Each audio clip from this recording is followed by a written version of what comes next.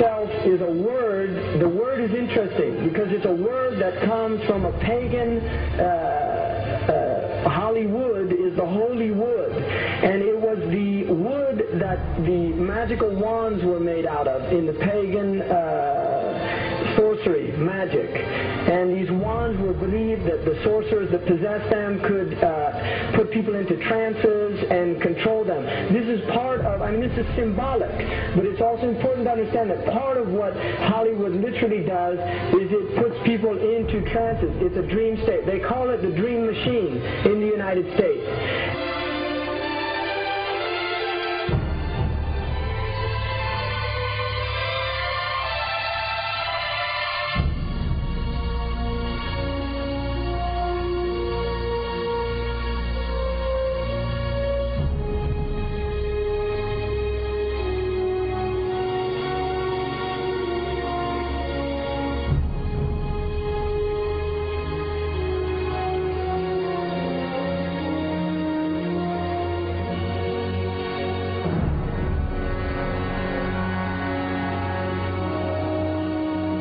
Creates fantasies for people. It puts people into these things. Now, one of the things is interesting that in the part of what's done in movie theaters, in darkened rooms where people watch television, is literally a trance state that occurs through what's called suspended state of disbelief. You enter into a state, you suspend your disbelief and enter into a state whereby you begin to believe what you internally realize is imagination.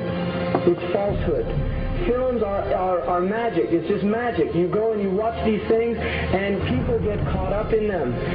People cry during films, all this catharsis that takes place in these things. Many of the films, and this is an important element in the control mechanism, is literally allow people to go and have certain type of catharsis as a purging experience, which Aristotle talks about the necessary element. One of the necessary elements of tragedy is to create this cathartic experience. And this is why a lot of the films, especially also news and things like this is why news is very important in this culture. Everybody watches the news. They have this tragic, cathartic experience of watching the tragedies of others and then feeling safe and complacent in their own experience of this suspended state of illusory well-being. So these are very intricate and sophisticated methods. Now, I think it's dangerous, although there are elements, there's concerted efforts that take place, there's also a lot of people that have similar worldviews that aren't necessarily working together in concerted efforts.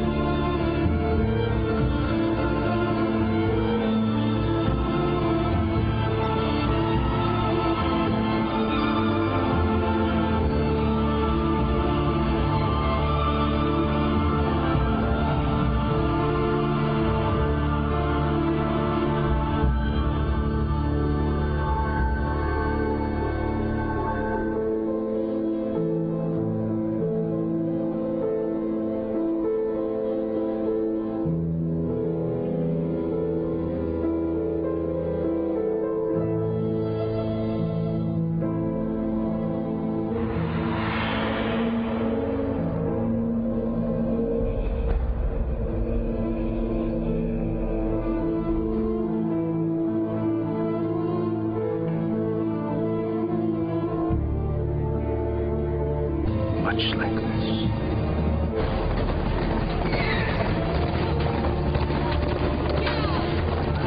Charles Carroll was the last surviving signer of the Declaration of Independence.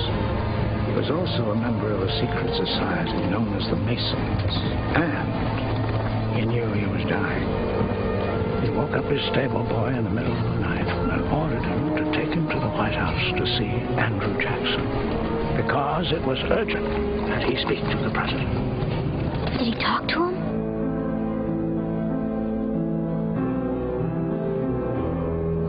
No, he never got the chance. The president wasn't there that night.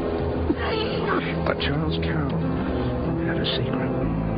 So he took into his confidence the one person he could, my grandfather's